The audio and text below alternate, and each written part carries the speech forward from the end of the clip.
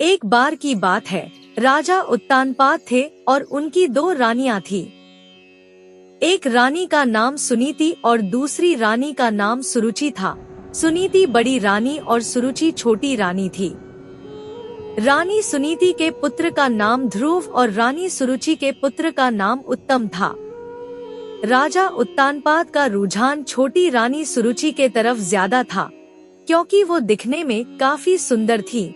लेकिन रानी सुरुचि अपनी सुंदरता पर काफी घमंड करती थी।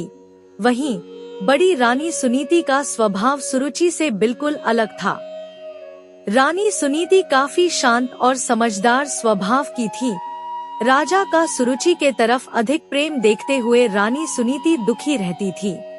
इसलिए वह अपना ज्यादा से ज्यादा वक्त भगवान की पूजा अर्चना करते हुए बिताती थी। एक दिन सुनीति के पुत्र ध्रुव अचानक अपने पिता राजा उत्तानपाद के गोद में जाकर बैठ गए।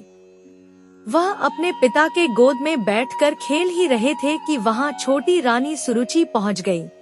राजा के गोद में ध्रुव को बैठे देखकर रानी सुरुचि को गुस्सा आ गया। रानी ने ध्रुव को राजा के गोद से नीचे उतारते हुए कहा, तुम राजा के गोद में नहीं बैठ सकते हो। राजा की गोद और सिंहासन पर सिर्फ मेरे पुत्र उत्तम का अधिकार है। यह सुनकर ध्रुव को बहुत बुरा लगा।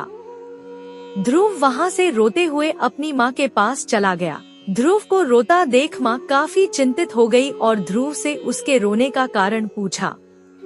ध्रुव ने रोते हुए सारी बात बताई। ध्रुव की बात सुनकर माँ के आंखों में भी आंसू आ गए। ध्रुव को चुप कराते हुए सुनीति ने कहा, भगवान की आराधना में बहुत शक्ति है। अगर सच्चे मन से आराधना की जाए तो भगवान से तुम्हें पिता की गोद और सिंहासन दोनों मिल सकते हैं। माँ की बात सुनकर ध्रुव ने निर्णय कर लिया कि वह सच्चे मन से भगवान की आराधना करेंगे। ध्रुव अपने महल से भगवान की प्रार्थना करने जंगलों की तरफ निकल पड़े। उन्हें रास्ते में ऋषि नारद मिले। छोटे से ध्रुव को जंगलों की तरफ जाता देख नारद ने उन्हें रोका। नारद ने उनसे पूछा, तुम जंगलों की तरफ क्यों जा रहे हो? ध्रुव ने उन्हें बताया कि वो भगवान का ध्यान करने जा रहे हैं। ध्रुव की बात सुनकर नारद ने उन्हें समझाकर राजमहल वापस भेजने की कोशिश की, लेकिन ध्रुव ने उनकी एक न सुनी। ध्रुव के निर्णय के कारण नारद ने ध्रुव को नमो भगवते वासुदेवाय मंत्र का जाप करने को कहा। इसके बाद ध्रुव जंगल में जाकर इस मंत्र का जाप करने लगे। उधर नारद ने महाराज उत्तानपाद को ध्रुव के बारे में बताया। बेटे के बारे में सुनकर महाराज का मन चिंतित हो गया।